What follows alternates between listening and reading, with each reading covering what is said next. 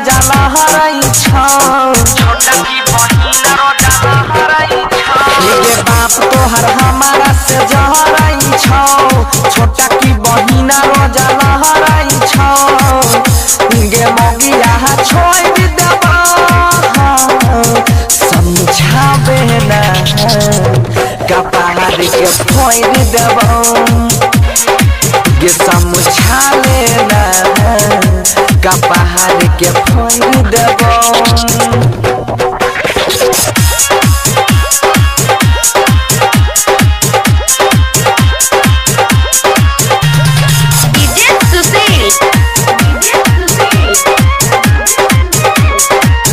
सुशील मायरवा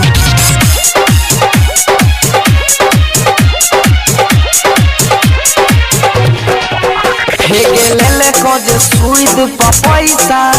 तोर बाप न अभियो चुकल गाँव आ गछने जे रहो एगो पारी अभी तक न वो पहुँचल गाँव हे गेले को जे सुईद पैसा तोर बाप न अभियो चुकल गाँव फानी फानी महावैल यहाँ बाई छौ हमारो मियाज सना कहाँ बाई छौ गे चमरा के तोड़ देबा मगिया गे समझाबे ना कपार के फोड़ देबा गे समझाए ना कपार के फोड़ देबा presented by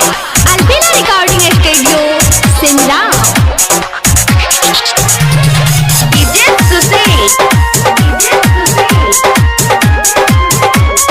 DJ Sushil बाबू हे गे